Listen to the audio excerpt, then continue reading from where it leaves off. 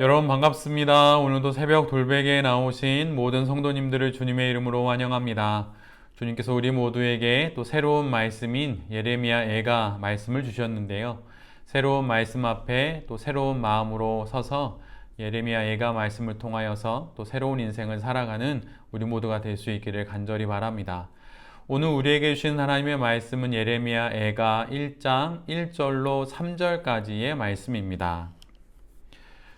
아, 슬프다. 예전에는 사람들로 그렇게 붐비더니 이제는 이 도성이 어찌 이리 적막한가.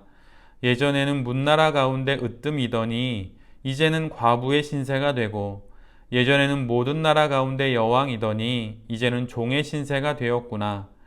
이 도성이 여인처럼 밤새도록 서러워 통곡하니 뺨에 눈물 마를 날 없고, 예전에 이 여인을 사랑하던 남자 가운데 그를 위로하여 주는 남자 하나도 없으니 친구는 모두 그를 배반하여 원수가 되었는가. 유다가 고통과 고된 노역에 시달리더니 이제는 사로잡혀 문나라에 흩어져서 쉴 곳을 찾지 못하는데, 뒤쫓는 모든 자들이 막다른 골목에서 그를 덮쳐 잡는구나. 아멘. 오늘은 예레미야 애가 1장의 말씀을 갖고 애가가 희망의 노래가 될 것입니다. 애가가 희망의 노래가 될 것입니다. 라는 제목으로 함께 하나님 말씀을 나누도록 하겠습니다. 오늘부터 우리 모두는 예레미야 애가를 함께 묵상합니다. 열왕기 하의 마지막 장을 통하여서 유다의 멸망을 보게 된 우리는 그 멸망 이후 현실을 히브리 문학의 시의 형식으로 기록한 애가를 통하여서 함께 묵상하게 됩니다. 애가는 시입니다. 그런데 모든 시가 노래이듯 애가는 유대 문학의 조가, 즉 죽음을 슬퍼하는 노래요, 장송곡입니다. 그러나 어느 한 개인의 죽음을 슬퍼하는 것이 아니라 남유다의 멸망으로 인해 완전히 패망하게 된 유대라는 나라의 죽음에 대한 슬픈 조가가 바로 예레미야 애가입니다. 즉 나라와 시대의 아픔에 대해서 절규하는 노래인 것이죠. 예레미야 애가는 우리가 어제까지 함께 묵상한 역사서인 열왕기하보다 조금은 더 천천히 음미하면서 읽어야 합니다. 시라는 형식에 담긴 하나님을 등진 나라의 멸망과 슬픔, 또 그 고통과 비탄을 읽어내려면 조금 더 천천히 읽어가야 하는 것이지요. 특별히 예레미야 애가에는 특이한 점이 하나 있습니다. 그것은 예레미야 애가 1장부터 마지막 장까지 하나님의 목소리가 전혀 들리지 않는다는 것이에요. 고통하면 떠오르는 욥기에서도 가장 마지막 후반부에 하나님이 등장하십니다. 그리고 하나님이 등장하신다는 것만으로도 이미 위로는 시작되었고 문제는 해결된 것이나 마찬가지라고 여길 수 있죠. 그러나 예레미야 애가에서는 하나님이 등장하지 않으십니다. 애가는 한 시대와 또 한 인간이 맞이하게 된 처참한 고통을 서둘러서 하나님의 뜻이라고 하는 그런 말로 덮어버리려고 하지 않습니다. 행복한 결말로 서둘러서 인도하지 않는다는 것이죠. 죄의 결과인 고통의 이 현실을 온전히 감내하며 지나갈 수 있도록 그렇게 우리를 인도합니다. 그렇다면 우리 모두는 그 끝에서 결국은 무엇을 보게 되는 것일까요? 그것은 바로 하나님의 부재는 그분의 긴 침묵이며 또 하나님의 또 다른 들리지 않는 그분의 애끓는 목소리라고 하는 사실을 우리가 예레미야 애가를 묵상하면서 결국은 알게 된다는 것이에요. 예레미야 애가를 묵상하면서 하나님을 등진 인생의 비참한 결과를 보고 반면교사로 삼는 우리 모두가 되기를 바랍니다.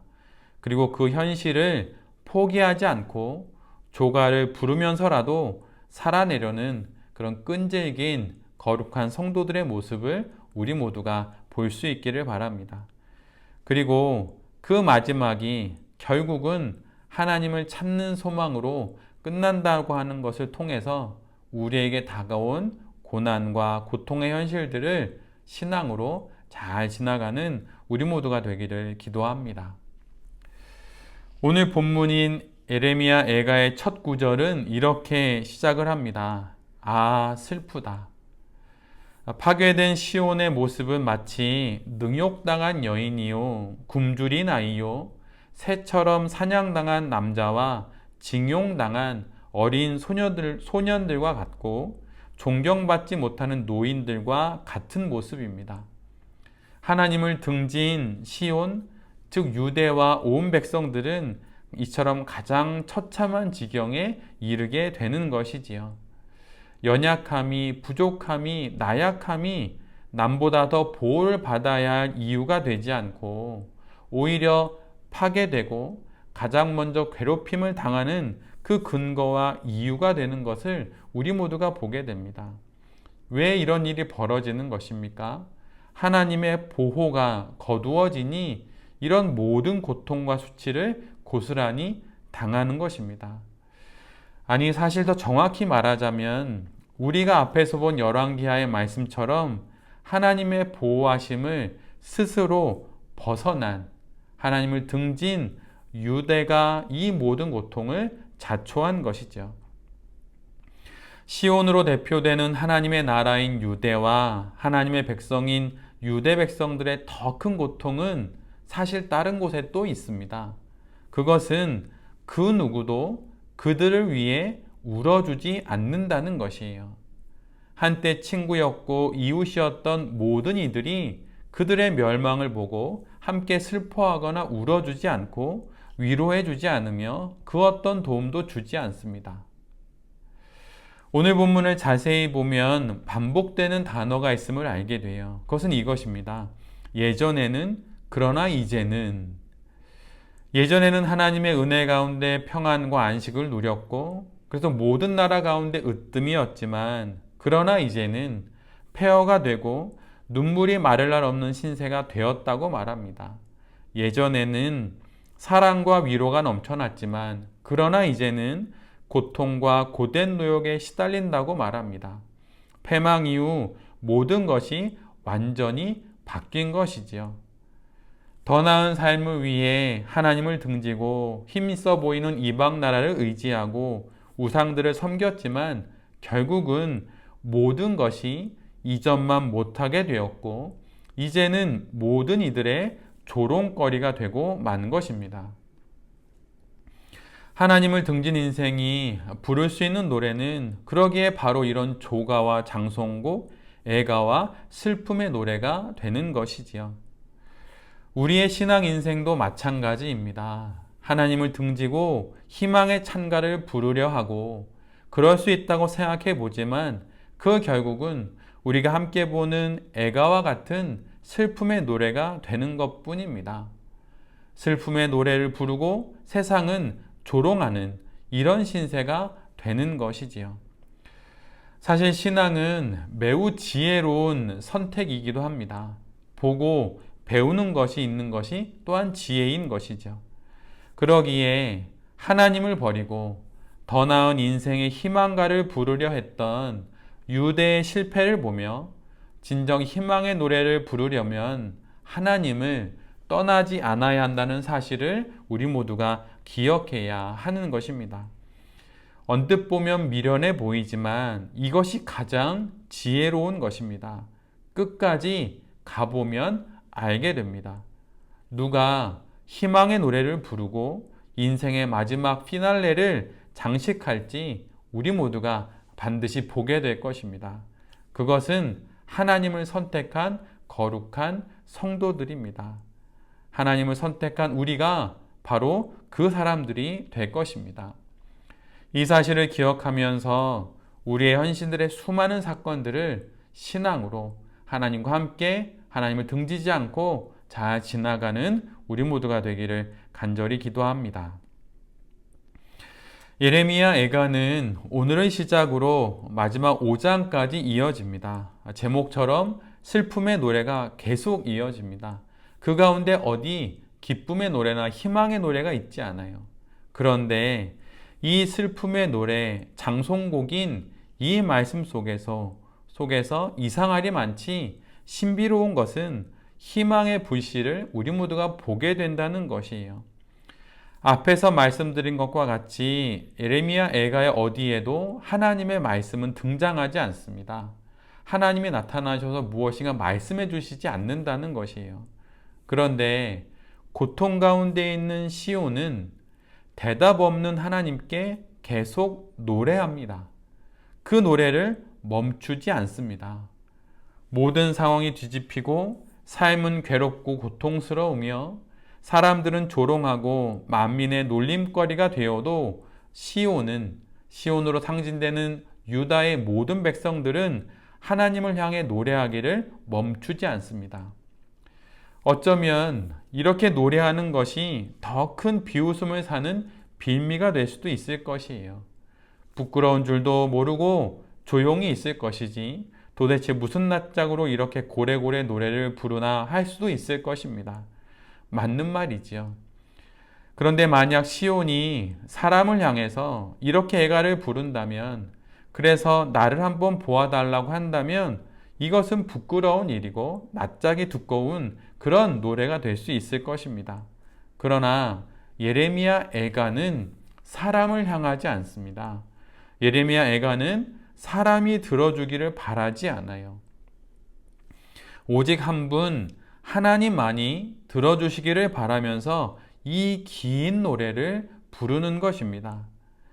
하나님을 등짐으로 자초하게 된 모든 일이기에 염치 없고 면목 없지만 그래도 돌아갈 곳은 하나님밖에 없기에 시온은 하나님을 향해 노래를 부릅니다. 그러기에 이 노래는 슬픔의 노래이지만 실은 회개의 노래이며 참회의 노래인 것이에요. 예레미야 애가의 커튼을 거두어내면 그 안에 눈물의 회개가 담겨 있음을 우리 모두가 보게 됩니다. 그리고 그 눈물의 회개를 묵묵히 바라보시는 하나님의 눈을 보게 되는 것이지요. 그래서 애가는 슬픔의 현실을 지나 결국은 희망의 노래가 되는 것입니다. 왜냐하면 하나님을 향해 우는 슬픔의 노래가 되기 때문이에요. 슬퍼할 만큼 슬퍼해야 비로소 희망이 보이기 시작한다는 그런 말이 있지요. 그 말처럼 우리가 비록 하나님의 대답은 없지만 이 대답 없는 편지를 하나님께 계속 보낼 때 결국 우리 모두는 그 애가가 희망의 노래가 되는 것을 발견하게 될 것입니다. 지금 맞이하게 된 모든 시련과 고통, 어려움과 난관, 무기력함과 무엇인가 정체된 상황, 그 모든 것을 안고 하나님께 노래하는 우리 모두가 되기를 바랍니다. 애가를 부르고 언제 오게 될지 알 수 없는 하나님의 답신을 기다리면서 편지를 보내야 합니다. 이것이 우리가 고통 중에 해야 할 일이고 해야만 하는 일입니다. 그리고 우리 모두가 할 수 있는 일인 것이죠.